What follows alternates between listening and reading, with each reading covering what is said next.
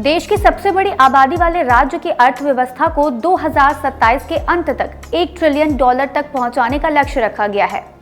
इस लक्ष्य को पूरा करने के लिए उत्तर प्रदेश सरकार लगातार प्रयास भी कर रही है। हालांकि सरकार की इन कोशिशों के सकारात्मक परिणाम अब दिखना शुरू हो गए हैं। ऐसा कहने के पीछे एक बड़ी वजह है, बताते हैं, पर उससे पहले नजर इन आंकड़ों पर। बीते कुछ साल के आंकड़ों पर गौर करें तो इस साल राज्य की अर्थव्यवस्था में जबरदस्त उछाल देखने को मिला है। वित्तीय वर्ष 2020-21 में यूपी का सकल राज्य घरेलू उत्पाद यानी जीएसडीपी 16,45,317 करोड़ रुपए था, जो वर्ष 2021-22 में लगभग 20% की वृद्धि के साथ 19,74,532 करोड़ रुपए हो गया। वहीं वित्तीय वर्ष 2022-23 के लिए तैयार अग्रिम अनुमानों के आधार पर सकल राज्य घरेलू उत्पाद 21.91 लाख करोड़ रुपए पहुंच गया है।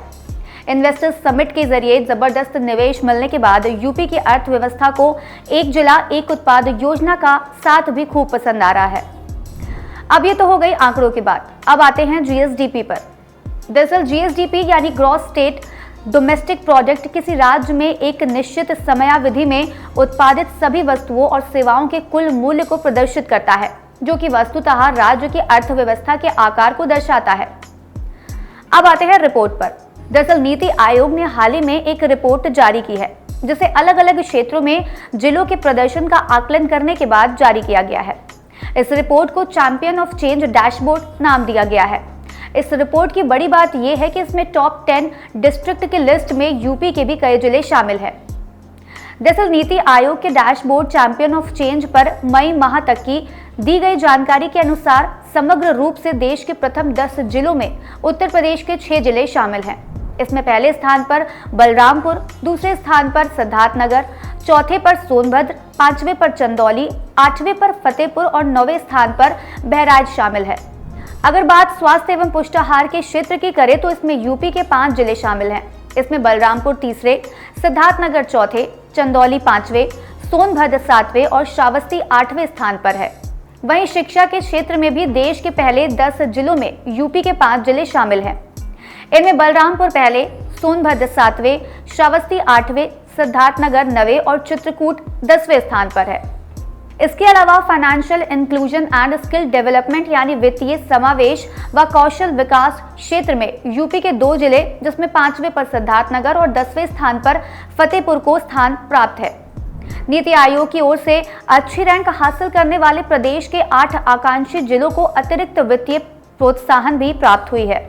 मुख्यमंत्री का इस पर कहना है कि शासन स्तर से हर आकांक्षात्मक विकास खंड की निगरानी की जा रही है। मार्च 2022 से मार्च 2023 तक ओवरऑल डेल्टा रैंकिंग में कुशीनगर जिले का विष्णुपुरा विकास खंड सर्वश्रेष्ठ रहा है।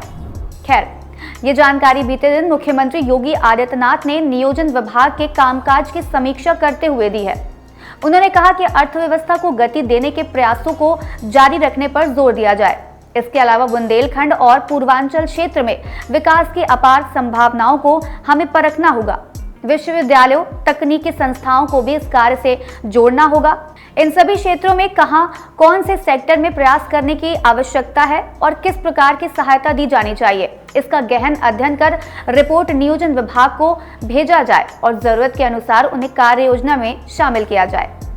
आज इस वीडियो में इतना ही। हम फिर मिलेंगे कुछ नई जानकारी के साथ। तब तक के लिए आप देखते रहिए बातें यूपी की।